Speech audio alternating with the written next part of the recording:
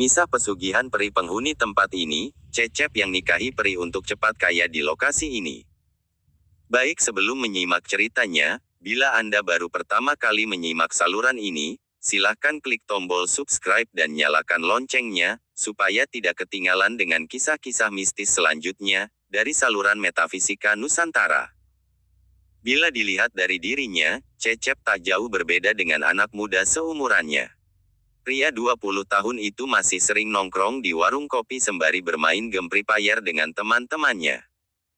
Perbincangan mereka banyak seputar biasa membicarakan perempuan, dan gak punya uang dan masih nganggur belum dapat kerjaan padahal sudah lulus sekolah SMA. Dia masih nyusahin orang tua, dan bantu kerja sama orang tua pun gak mau, karena alasan gak ada upahnya. Utulah anak zaman sekarang kerjanya hanya main game online bersama teman-temannya, yang tak kunjung ada habisnya sampai mata merah. Dibandingkan dengan 3 kawannya, Cecep masihlah kurang sukses. Mencoba usaha ciloknya pun gagal terus dan menyisakan tumpukan utang karena habis pakai beli kuta dan rokok. Usaha cilok kelilingnya itu sepi pembeli. Juga tampaknya jualan cilok miliknya juga tak memiliki untung yang jelas, hanya cukup balik modal dan lebih untuk keperluan beli rokok dan kuta saja.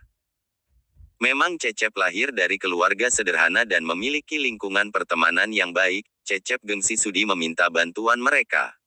Ia lebih suka bekerja keras sendiri tanpa meminta bantuan. Menurutnya, ia bisa melakukan semuanya sendiri, meskipun yang terlihat justru Cecep menggali kuburannya sendiri. Joko, Ali, dan Budi hanya bisa memandangi kawannya dengan harap-harap cemas. Mereka bertiga telah menikah dan memiliki bisnis yang stabil. Tetapi Cecep dengan idealismenya masih belum mampu menjaga bisnis agar tetap bertahan. Ia juga memilih untuk melajang sampai entah kapan gak tahu ngejomblo sendiri. Malam itu, mereka bertiga tampak gembira. Ketiganya memesan secangkir kopi dan beberapa cemilan untuk menemani main gamenya dan update kehidupan para sahabat.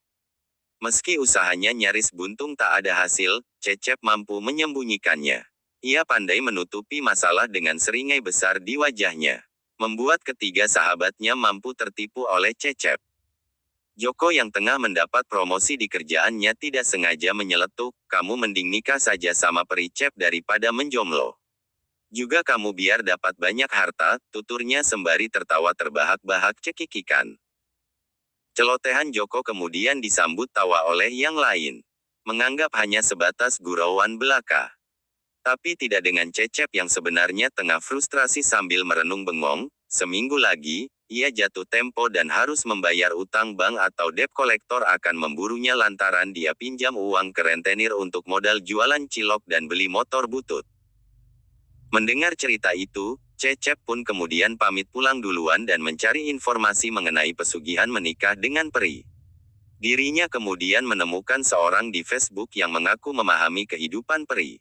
Tak ragu, Cecep pun lantas menelpon pria itu. "Selamat malam, apa benar ini dengan Pak Odin?" tanyanya. "Betul, ada yang bisa saya bantu?" ujarnya dengan suara berat. Cecep mengutarakan keinginannya. Ia ingin menjalankan pesugihan dengan menikahi peri. Pak Odin mengerti maksudnya. Sebelum membantu Cecep, ia memperingatkan akan efek sampingnya sama Cecep. "Menikahi peri berarti merupakan komitmen seumur hidup," ujar Pak Odin. Cecep pun tidak dapat menikah maupun punya anak dengan bangsa manusia. Peri juga merupakan makhluk yang mudah cemburu. Semisal Cecep memiliki interaksi dengan perempuan dengan dekat, peri tak akan ragu untuk menyakiti Dono, kata Pak Odin. Cecep mengiyakan, ia dibutakan dengan keselamatan semata dari rentenir. Ia tak tahu ada bahaya menanti bersekutu dengan makhluk lain. Singkat cerita, Cecep melakukan pernikahan gaib itu. Peri istrinya digambarkan sebagai perempuan paling cantik yang pernah ia temui. Menikah dengan peri akan membawanya banyak harta. Tetapi ia tak bisa hidup berkeluarga layaknya manusia normal, dia harus terlihat menjomblo seumur hidupnya, walaupun tahu sendiri kehidupan di desa mulutnya kayak ember suka ngurusin hidup orang lain. Tak lama setelah Cecep menikah dengan peri, banyak cuan berdatangan.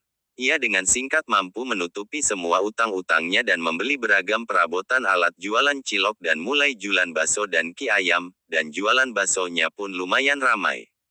Kedua orang tuanya mencoba menjodohkan Cecep dengan perempuan pilihannya, tapi ia menolak. Cecep mengatakan tak ingin menikah, padahal dirinya terikat janji semati dengan peri tersebut.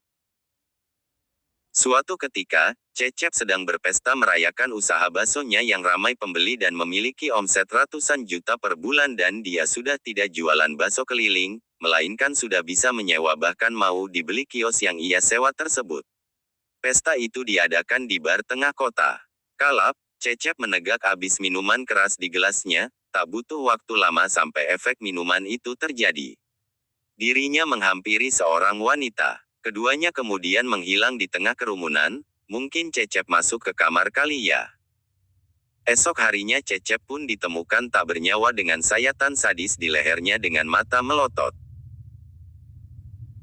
Ia lupa perjanjiannya dengan peri istrinya tersebut, mungkin peri tersebut tahu dan selalu mengawasi Cecep, tanpa sadar Cecep telah melanggar dan menyebabkan kematiannya sendiri. Akibat melanggar pantrangan yang diberitahukan Odin itu, mungkin lupa atau tidak sadar karena Cecep malam itu babuk, dan tergoda oleh manusia. Seharusnya dia seumur hidupnya tidak boleh nikah, karena akan membuat peri istri gaibnya itu cemburu. Wah, serem juga ya pemirsa.